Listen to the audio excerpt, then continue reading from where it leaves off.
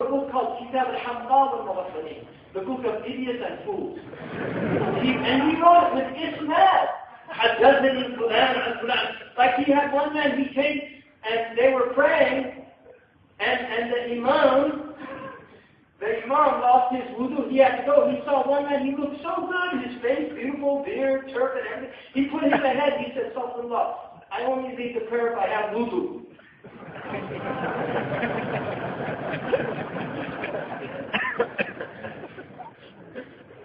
This is the level of idiocy that sometimes people get hamsar from the book of fools and idiots. Really, we have too many fools in our ummah now. We have to become uqala, or afala ta'qilun. Don't you use your intellect? And if you have a hard time with that, follow the people that use their intellect.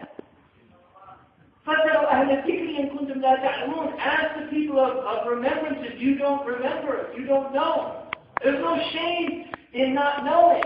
The shame is in not knowing that you don't know. That's where the shame comes. There's no shame in not knowing. We all begin our journey ignorant. When I entered Islam, I knew nothing about Islam. Other than that I felt it was true in my heart, and I had to follow my heart. That's what I knew. But then I grew in Islam. I learned more and I learned more. But the more I learned, the more I realized that I don't know very much. Wallahi, I'm not saying that out of humility. I'm saying that in reality. Especially when we look at our own masters, the people we studied with, and what they know, and we know what they know. There's so much to learn in this religion, and that's why humility is at the root of our religion, being humble, saying, I don't know. Imam Malik said, مَنْ قَالَ لَا أَدْرِ فَقَدْ أَفْتَهُ. If you say, I don't know, then you've given a fatwa. If somebody asks you and you don't know, just say, I don't know. مَنْ يُحِبُّ أَنْ يَرَى مُتَصَدِّرًا وَيَكْرَهْ لَا أَدْرِ أُصِيبَتْ مَقَاتِلُ. If whoever wants to be seen in front of people and he hates to say, I don't know, he's going to kill himself. With God, our community needs to learn humility, and we need to learn mahabba. This religion is about love. This month we're celebrating the Prophet's birthday. Wallahi. But I'll tell you something. I celebrate the Prophet's birthday all year long. We should, it's not just Rabi' al-Awwal. Every day of your life you should get up and say, Alhamdulillah, the Prophet was born. Every morning, the first thing I do, the Prophet taught me how to do it. I get up and do wudu. And when I wake up, I say, Subhanallah, ahyani ba'dama amatani wa ilayhi nushur. Who taught me that? Allahumma salli wa sallim wa barak alayhi. Who taught me to be awake when I wake up? الجاهل يصبح ويقول ماذا سيفعل اليوم. العاقل يقول ماذا يفعل الله بي اليوم. Ignorant people get up and they say, what am I going to do today? Intelligent people get up and they say, what's Allah going to do with me today? Really? Who taught us that? La ilaha illallah Muhammad Rasulullah. The Prophet ﷺ taught us that. When I go to the night, Allahumma ja'al fi qalbi nura, wa fi sam'i nura, wa fi basari nura. Allahumma ja'al amani nura, wa khalfi nura, wa an yamini nura, wa an shimali nura, wa min fawqi nura, wa min tahti nura. Allahumma ja'alni nura. Make me light. That's the dua of our Prophet ﷺ, وَكَانَ نُورًا. Allah said, He said a book and a light. He said a light. Kitab min Allah, and a light, a light. What was that light? Read the tafsir. I didn't make it up. Mufassirun say the light is Muhammad ﷺ. He was light. But why do you need it? If the book's there, why do you need the light? Because you can't read a book without light. You can't read the book without light. He's the light by which you read the book. If you don't have light, you're in the dark. هو الذي يصلي عليكم وملائكته ليخرجكم من ماذا؟ من الظلمات إلى النور. He's the one that prays on you. Why? Why does he pray on you? إن الله وملائكته يصلون على النبي يا أيها الذين آمنوا صلوا عليه وسلموا تسليما. He prays on you because you pray on his Prophet صلى الله عليه وسلم. من صلى عليك واحدة صلى الله عليه عشرة. Whoever says prayer on the Prophet once, Allah says 10 prayers on his. that He makes this salah upon us. Why? لِيُخْرِجْكُم مِّنَ الظُّلُمَاتِ إِلَى النُّورِ, to take you from zulumat. In Arabic, zulumat is jama'. It's a plural. Nur is singular. To take you out of the plurality of darknesses to the singularity of Tawheed, to the light of Tawheed. Light is unbroken. It's a wave. Light is a wave. It's a wave. Light from the sun, when it reaches here, is unbroken chain. Darkness is all. It's complete. Absence of this light. Allah takes you out of multiple darknesses. Don't you know darknesses have shade? You have pitch darkness, then you have degrees of darkness. So Allah subhanahu wa ta'ala takes you out of these darknesses into the light of Iman. وَمَنْ كَانَ مَيِّتًا فَأَحْيَيْنَاهُ, the one who was dead, and we brought him to life. وَجَعَلْنَا لَهُ نُورًا يَمْشِي بِهِ فِي النَّاسِ, we gave him a light. He walks with it amongst people that are in darkness. This is Islam. Islam is a light. The Prophet ﷺ gave one man, he was going home, he gave him a stick, and a light came from it. Flashlight! The Prophet invented the flashlight. Wallahi, it's in the hadith. Now we can buy one of those things. You can go buy one, but 1400 years ago, he gave him a stick, and he said, go and he walked, and he saw a beam of light. He said a beam of light came out of the stick, and he found his way home. Who made the beam of light? Sallallahu alayhi wa sallam, is one of his miracles. You think, wallahi, if people knew his miracles, I'll give you one miracle that anybody with any intellect, if they study this miracle, they will know that this messenger was a true messenger of God. I'll give you two miracles, because it's molded so far. The first miracle is that when he was a little boy in the deserts of Bani Sa'd, these were the people that took him, and we know Halima Sa'diyah, what a beautiful woman. Her shafaqa, Allah chose her. And she's Halima, and the nipple is called Halama. It's from the same root. Because that's where milk of human kindness comes from. That's where you learn how to be. You see, when a baby gets agitated, all the mother has to do is give the baby the breast, and suddenly the baby is blissful. Do you know what hilm means in Arabic? It means calmness, but it also means intellect. Do you know what a dreamer is? A halim. Yahlumu means to dream. Why would a dreamer be halim and halim is intellect? Because in order to dream, you have to be still. You can't dream if you're disturbed or agitated. In order for your hilm to work, you have to be still. If you don't have sakina, you can't think. And that is why إِذْ جَعْلَ الَّذِينَ كَفَرُوا فِي قُلُوبِهِمُ الْحَمِيَّةَ حَمِيَّةَ الْجَاهِلِيَّةِ فَأَنزَلَ اللَّهُ سَكِينَتَهُ عَلَى رَسُولِهِ وَعَلى الْمُؤْمِنِينَ وَأَلْزَمَهُمْ كَلِمَةَ التَّقْوَى وَكَانُوا أَحَقَّ بِهَا وَأَهْلَهَا. When the kuffar became filled with their zealousness, agitation, their ignorance, their zeal, their resentment and anger, Allah descended upon you tranquility, so they can think, because when people get crazy, like these Muslims in protest, it's like Hamiyya, that's Hamiyya al-Jahiliyyah. No, Muslims are uqala, they're still. This is what Sun Tzu in The Art of War, a beautiful, important book, more Muslims should read that book. He says, get your enemies angry and send them into disarray. That's what Sun Tzu said 3,000 years ago. Anger your enemies and send them into disarray. Look at the Muslims, they get angry at the slightest thing. Why? Because there's no sakina, there's no dhikr. They're agitated, they're aggressive, they're angry, they're resentful. No, we want guidance for even the worst people that fight us. Those who fight us, we want their guidance. Look at what Imam Nawawi says about من كان يؤمن بالله واليوم الآخر لا يؤمن أحدكم حتى يحب لأخيه ما يحب لنفسه أو كما قال صلى الله عليه وسلم. No one of you truly believes. That's Iman al-Kamil. The Prophet said, "Second, I will draw near to this." You can't get it all. We're moving towards the ideal of this religion, but none of us has it. He alone had it, sallallahu alayhi wa sallam. He is the complete Muslim. He is an insan al-kamil. All of us emulate him in trying to approximate trying to come near, come closer to God by coming closer to the beloved of God. The closer you get to the beloved of God, the closer you are to God. But it's a proclamation. وَمَا مِنَّا إِلَّا لَهُ مَقَامٌ مَعْلُومٌ. Everyone amongst us has a rank with God. And He has the highest rank. So the closer you are to Him, the higher your rank is. And those things are known to Allah alone. The sweeper of this masjid might have a higher rank than the Imam. I don't know. Only God knows that.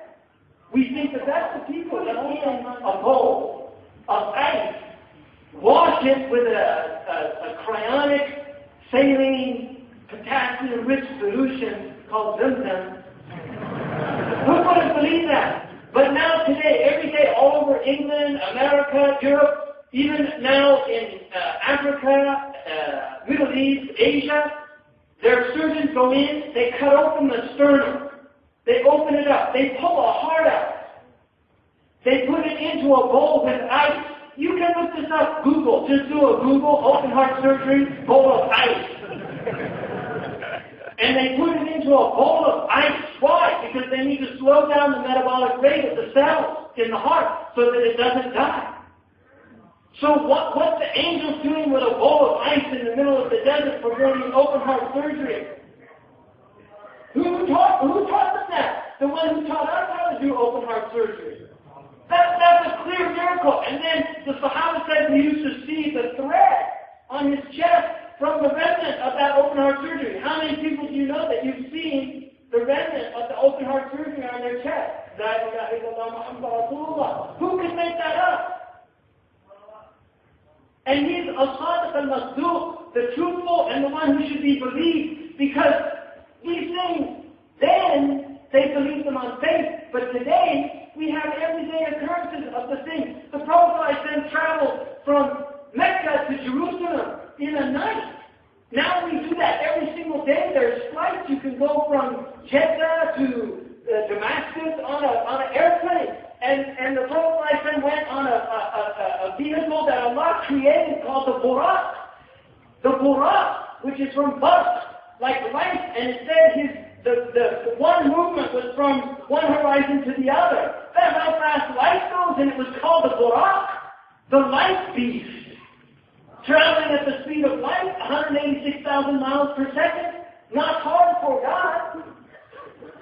If we could make a machine, Rolls-Royce makes British Airways, you know, I fly British Airways because the engines are Rolls-Royce. But what if the engines are made by Rabbul Alameen?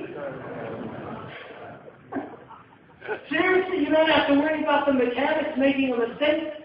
If Allah is making that, this is the miracle of the Prophet ﷺ. He described things exactly. The Prophet, they asked him, tell us what Jerusalem was like. What did Jibreel do? He showed him Jerusalem before his own eyes. Now you have a television, you can see Jerusalem before your own eyes. Right in front of you, even though it's thousands of miles away. You see Jerusalem. سنريهم آياتنا في الآفاق وفي أنفسهم حتى يتبين لهم أنه الحق. People say, how can God bring us back to life when we die?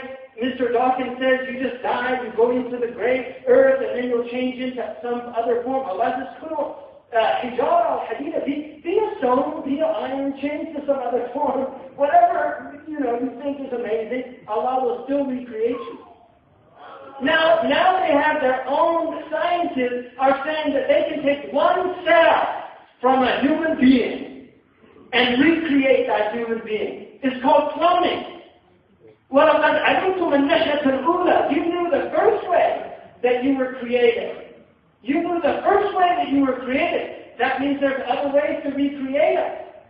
So now they take a sheep, take some cell from the mammary gland, and they make other sheep. The whole blueprint is in one cell. Who taught the Prophet that?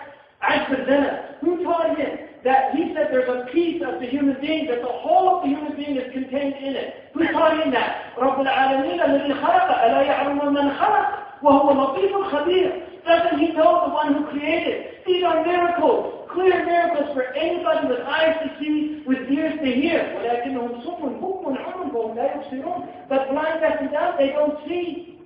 These aren't imaginations, these are realities. Who taught the Prophet these things?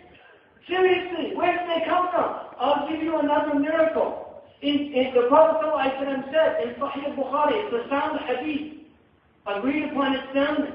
He said, سَتَخْرُجُ مِنْ أَرْضِ الْحِجَاز in one riwayah, and in another near Medina, سَتَخْرُجُ نَارٌ. There will be a great fire that emerges in the Hijaz. And he said, تُوقِدُ أَعْنَاقَ الْإِبْلِ بِبُصْرَى. It will illuminate the necks of the camels in Busra, in Syria. Who would believe that? The Sahaba, because they knew, الصادق المصدوق. He doesn't lie. Sayyidina Abu Bakr, they said, oh, he said he went to Jerusalem last night. A journey takes us a month. Do you believe him? What a beautiful statement. I don't believe you. Maybe he didn't say that. But if he said it, it's true. That's what he said. He's indicating you're not such a trustworthy source. But he is. So if he said it, called Jumla Shafiya, وَشَرْطْ مَحْصُورٌ فِي الْمَشْرُوع, like the Nuhat said, it's a conditional sentence. So the condition is predicated upon what it necessitates. It necessitates there. If he said it, then it's true. And indeed he did. That's Abu Bakr as-Siddiq. The one who believed him, because why? He knew him better than anybody. He grew up with him. He saw him. He never told a lie. Ever. One of the Arab said that the Prophet was jahid. He said he not telling the truth, he didn't believe it. Then when he saw his face, لما وقع بصره على طلعته النيرة المستنيرة فوقع إيمانه في قلبه وقال والله ليس هذا بوجه كذاب. This is not the face of a liar.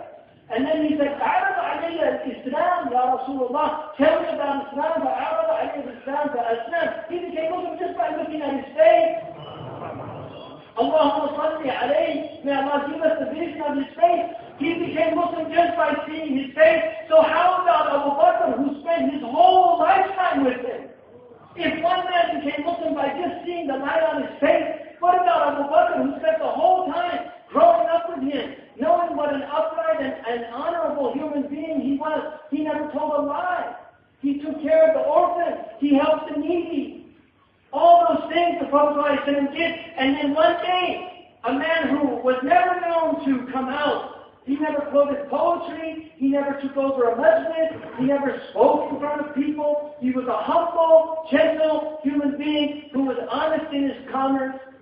He was upright, he was al-Amin. They gave him their trust because he was so trustworthy. But one day he said, God spoke to me. Now there's only two possibilities there. There's three maybe. One, he's not telling the truth. But if he told the truth all his life, why would he suddenly tell a lie so enormous? If he wouldn't lie about little things, why would he tell a lie about the greatest of things? And then you could say, well, he was sincere, like some of the Orientalists say, that will tell us how far you walked with a voice.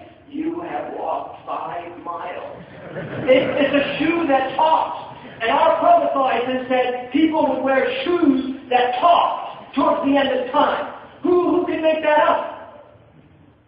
But we are witnessing it. We're living in these days. We're living in these times. Our Prophet told the truth. He said, sallallahu alayhi wa sallam, إِنَّ الرَّائِدَ لَا يَكْذِبُ أَهْلَهُ. The one that goes ahead for a clan, they send a ra'id ahead. He said, a ra'id will never lie to his own family, his own clan.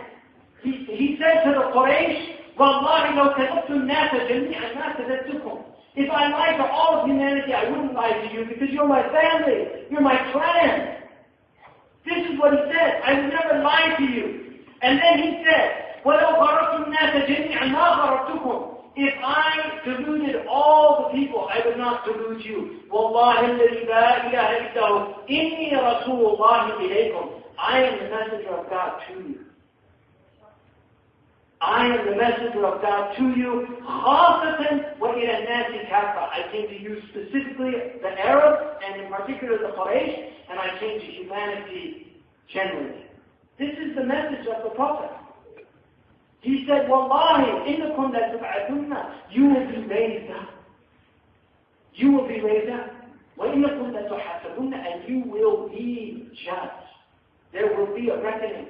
All this criminal activity out there, plundering nations, raping women, pillaging people, stealing, cheating, from the taxi driver that lies, that goes the wrong route to make it a little longer. There's some taxi drivers in here that have done that. Don't lie. Don't lie. You can lie to the whole world, but don't lie to yourself and don't lie to God. You can lie to the whole world, but don't lie to yourself and don't lie to God. There's taxis in here, taxi drivers, who took that long route. That's right. Because he has an American accent. You figure you're getting a little bit back. That's not Islam. That's not Islam. You go the shortest route. Because he trusts that that's what you're going to do. So you can turn on that meter. You can go that long route. But there's angels that know exactly what you did. You can't fool them. You can fool the man in the back. You can fool him. But on the day of judgment, that's going to come out. It's going to come out. It's all going to be revealed. And then he said, Wallahi innahu la jannatun. It's either paradise, or it's fire. That's it. Those are two options. Each one of us came into this world in the doors of infinity. We're temporal beings. We're only here in time. Some of you who are older with white beards, show me one white beard. Oh, look at that beautiful white beard. Two beautiful white beards. Tell me the truth. In your experience, when you look out at the world, not in the mirror, do you feel any different than when you were 12 years old? Just your experience. Do you feel any different? You don't feel different, do you? Why don't we feel different? I look in the mirror, I look different than I did 20 years ago, but I feel the same. Because that consciousness that God gave you is permanent. It doesn't age like the body. It wasn't created to age. It will never die. Allah created it to last forever. And that's why you don't feel any change in your consciousness. You see your body changing, you see the wrinkles coming,